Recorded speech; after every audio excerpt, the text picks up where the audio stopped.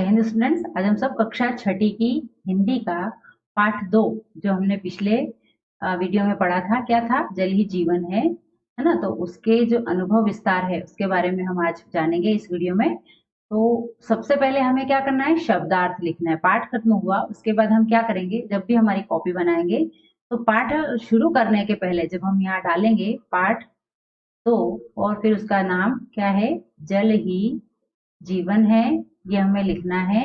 और फिर हम प्रश्न डालेंगे, प्रश्न नंबर 1। हम प्रश्न नंबर 1 में क्या लिखेंगे, शब्दार्थ लिखिए या फिर निम्नलिखित शब्दों के अर्थ लिखिए, ऐसा भी लिख सकते हैं, दोनों तरीके से। तो शब्दार्थ लिखिए या प्रश्न लिखा, उसके बाद एक तरफ आप लिखेंगे शब्द और दूसरी तरफ आपको क्या लिखना है, अर्थ। तो यहाँ जो शब्द दिए हैं जैसे जीवन, तो हम यहाँ जीवन लिखा हमने, और जीवन का अर्थ क्या होता है, जिंदगी, तो हमें यहाँ लिखना है इसको जिंदगी।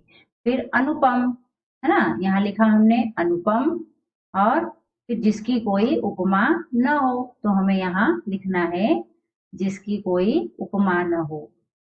ठीक, तो इस तरीके से यहाँ पर जो भी आपको शब्दार्थ दिए हैं, पतित पावनी यानी पापियों को पवित्र करने वाली, समृद्ध यानी संपन्न, संचित यानी इकट्ठा किया हुआ, संरक्षण यानी भली प्रकार से सुरक्षित, सचेत सावधान या सजग, और विधियां का तरीके। इस तरह आपको सारे शब्दों को यहाँ शब्द इस साइड और अर्थ इस तरफ आपको लिखना है। ठीक है, आगे है सही जोड़ी बनाइए। अब यहाँ शब्द दिए हैं इधर इस साइड भी और इधर भी, आपको मैच करना है कि उसमें सही है, उसको हम क्या करें, मेल कर दे उसका। तो देवताओं का, अब उर्वरा शक्ति आएगा, पाठ्यक्रम वरदान या सम्मान, तो क्या हो जाएगा, देवताओं का वरदान, पाठ के अनुसार हमें मैच करना है। धरती की, तो क्या हो जाएगा, उर्वरा शक्ति। राजेंद्र सिंह को क्या मिला था, सम्मान। और विश्वविद्यालय में क्या चालू किया गया, पाठ्यक्रम। कौन सा पाठ्यक्रम चालू किया गया, जल को बचाने के लिए या जल संरक्षण से संबंधित। अगला है प्रश्न, सही शब्द छांटकर रिक्त स्थानों की पूर्ति कीजिए। ठीक, तो पहला दिया है, भूमि के भीतर जो जल है उसे हम अनेक विधियों द्वारा कर सकते हैं। क्या कर सकते हैं, संरक्षित या दोहित। रुकेगा तो धरती में जाएगा, बह जाएगा या समा जाएगा, थोड़ा सा दिमाग लगाइए और फिर क्या करेंगे, हम इनमें से जो भी सही है उसमें भरेंगे। बरसाती पानी का संरक्षण अत्यंत है, आवश्यक है या अनावश्यक है, क्या होना चाहिए, सोचिए, है ना, और फिर उन दोनों में से सही को यहाँ भरिए। रिमोट सेंसिंग एक तकनीक है जिसकी सहायता से धरती के चित्र खींचे जाते हैं, आंतरिक या बाह्य।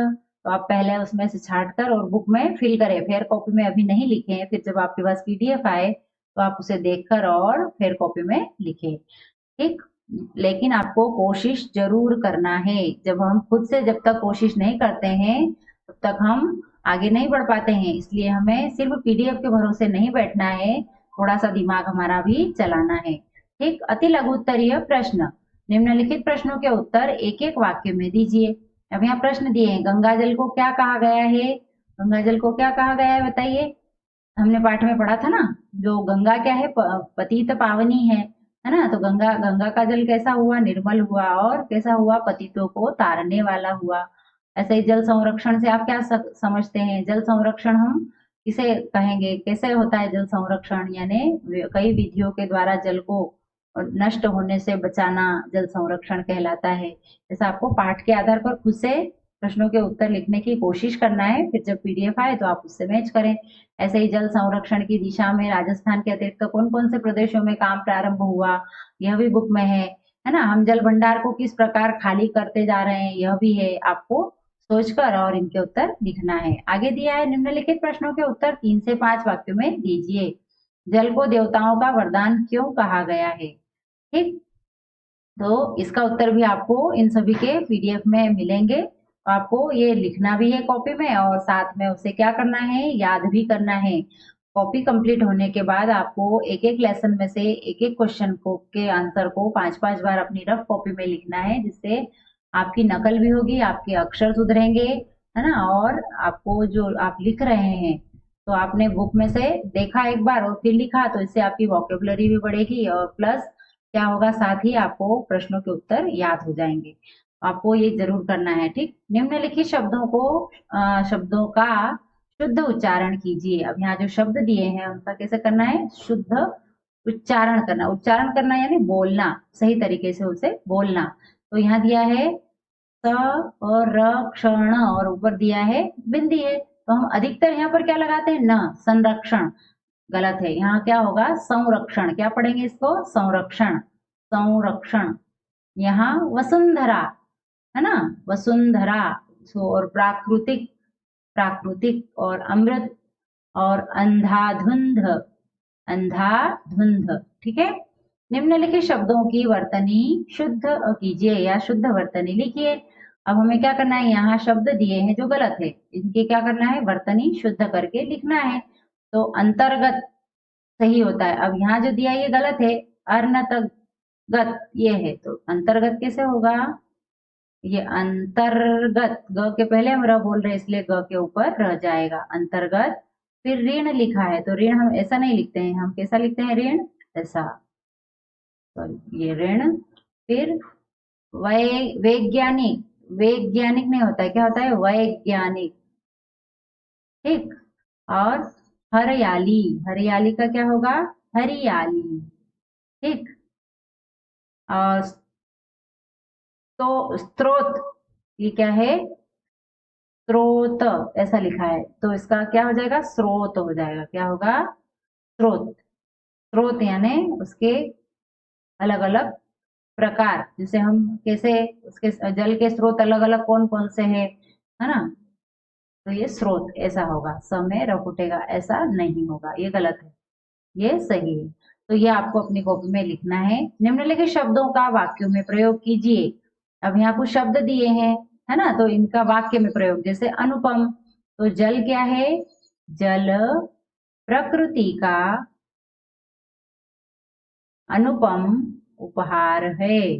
ये अनुपम शब्द आ गया इसमें। ठीक है।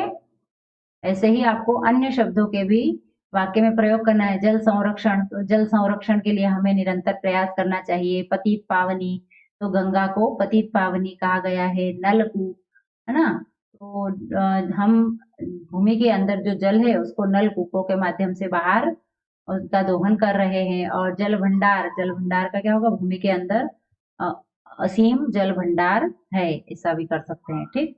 तो इन शब्दों का आपको किसमें वाक्य में प्रयोग करना है। आगे दिया है, आज हर जगह पानी की किल्लत है, सूखी धरती को पानी मिलने से खेत को लाभ होगा। अब इसमें क्या दिया है, अंडरलाइन की हुई है कुछ शब्दों के नीचे, तो हम देखते हैं आगे क्या दिया है। हमें विवश होकर न कहना पड़े, सूखी धरती प्यासे लोग। प्राचीन काल से जल को देवताओं का वरदान माना गया है। गंगा के जल को अमृत कहा गया है और गंगा को क्या कहा गया है, पतित पावनी कहा गया है। ठीक है। उपर्युक्त रेखांकित शब्दों में आज, खेत, सूखी धरती तथा प्यासे शब्द क्रमशः अद्य, क्षेत्र, शुष्क, धरित्री और पिपासा संस्कृत शब्दों के परिवर्तित रूप है। इन्हें तद्भव शब्द कहते हैं। ये जो शब्द यहाँ जो अंडरलाइन किए हुए शब्द है, ये क्या है, कौन सा शब्द है, ये तत्सम शब्द जो थे उनका परिवर्तित रूप है ना, मतलब जो तद्भव शब्द कहेंगे हम इन्हें। ये जो शब्द है ये क्या है, तद्भव। तद्भव शब्द कैसे होते हैं, जो शब्द संस्कृत के होते हैं उन्हें उनके परिवर्तित रूप में हिंदी भाषा में प्रयोग करना, ये तद्भव हुआ। और तत्सम शब्द किसे कहेंगे, संस्कृत भाषा के जो शब्द है उन्हें उसी रूप में हिंदी भाषा में प्रयोग करना, वे क्या होगा, तत्सम शब्द होंगे। ठीक है। तो इसी प्रकार प्राचीन, गंगा, अमृत तथा पावनी शब्द संस्कृत के हैं और बिना किसी परिवर्तन के हिंदी में प्रयुक्त होते हैं, इन्हें तत्सम शब्द कहते हैं। देखिए अभी मैंने बताया था ना, जिन्हें संस्कृत भाषा के जो शब्द हैं जिन्हें वैसे ही हिंदी में प्रयोग किया जाए तो वे तत्सम होंगे, और जिनका रूप परिवर्तन करके प्रयोग किया जाए तो वो तद्भव होंगे। ठीक। अब यहाँ कुछ तत्सम और तद्भव शब्द दिए हैं, ये तद्भव है और ये तत्सम है। तद्भव तत्सम शब्द से एक आप अर्थ ये भी लगा सकते हैं कि ये कैसे शब्द हैं, संस्कृत के शब्द हैं। ठीक। अमी का अर्थ क्या होता है, अमृत। पुराना का प्राचीन, काज का कार्य, कान का कर्ण, कोयल का कोकिल, कंधा स्कंध, किसान कृषक, आम आम्र, जीभ को क्या बोलेंगे जिह्वा, घर गृह, आग अग्नि, दूध दुग्ध, आंख अक्षी, ओठ ओष्ठ, पिता पितृ और बूंद का बिंदु। ठीक है, ये एक साइड तद्भव और ये तत्सम। तो आपको ये भी अपनी कॉपी में ऐसे ही जैसे दिए हैं, पहले साइड ये और दूसरी साइड ये, फिर इन्हें इनको इनके नीचे यहाँ से हम नीचे से लिखेंगे यहाँ पर। ठीक, तो ये आपको अपनी कॉपी में कंप्लीट करना है।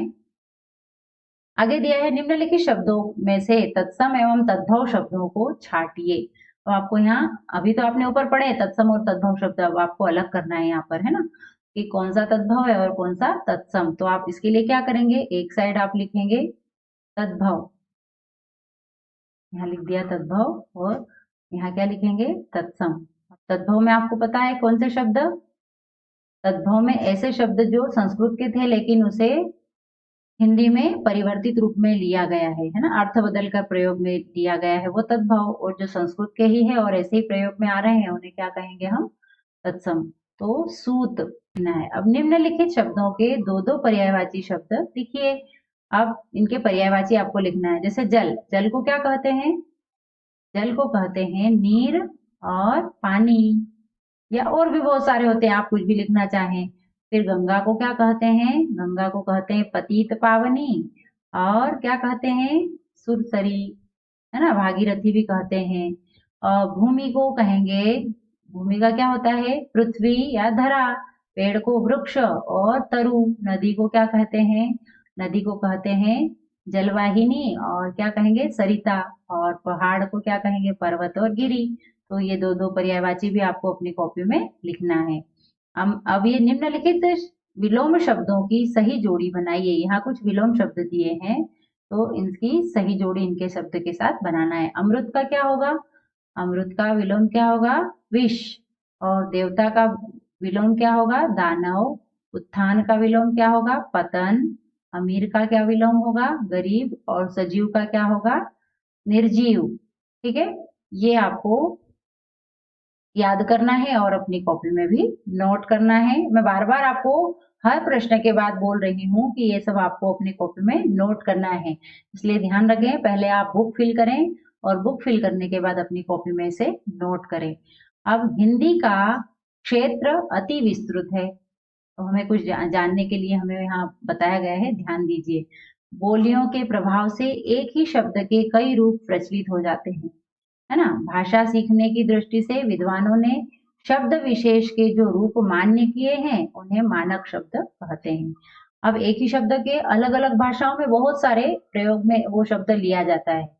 जैसे हम मैं शब्द हुआ, मैं के लिए, या फिर आपके लिए, ऐसे अलग अलग कोई से भी शब्द हो, जैसे हमने ले लिया पुस्तक, पुस्तक के भी बहुत सारे अलग अलग शब्द होते हैं जिसका पढ़ने से हमें पता चल जाता है कि किसके लिए बात की जा रही है, पुस्तक किताब, है ना। तो ऐसे ही जो विद्वान लोग होते हैं उन्होंने क्या किया है, जो कुछ शब्द विशेष थे जो उनके रूप मान्य किए हैं उन्हें क्या करते हैं मानक। वो मतलब ऐसा है कि जो शब्द के कई रूप प्रचलित होते हैं उनमें भाषा को सीखने की दृष्टि से उन्होंने कुछ शब्दों को मान्य रूप में लिया है, तो उन्हें हम क्या कहते हैं मानक रूप कहते हैं।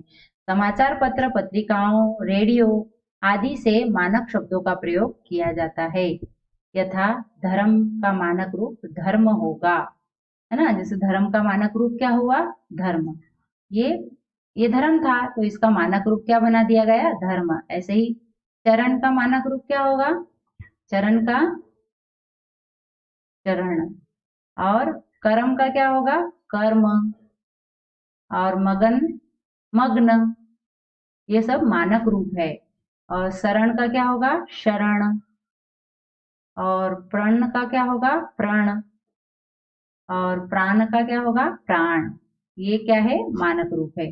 तो पहले आप इस साइड लिखेंगे चरण और यहाँ लिखेंगे चरण शब्द, और इधर लिखेंगे मानक रूप। ठीक, इसके नीचे आपको यहाँ लिखते जाना है, ये शब्द लिखते जाना है और इसका मानक रूप लिखना है। ये सब आपको अपनी बुक में भी फिल करना है और कॉपी में भी लिखना है।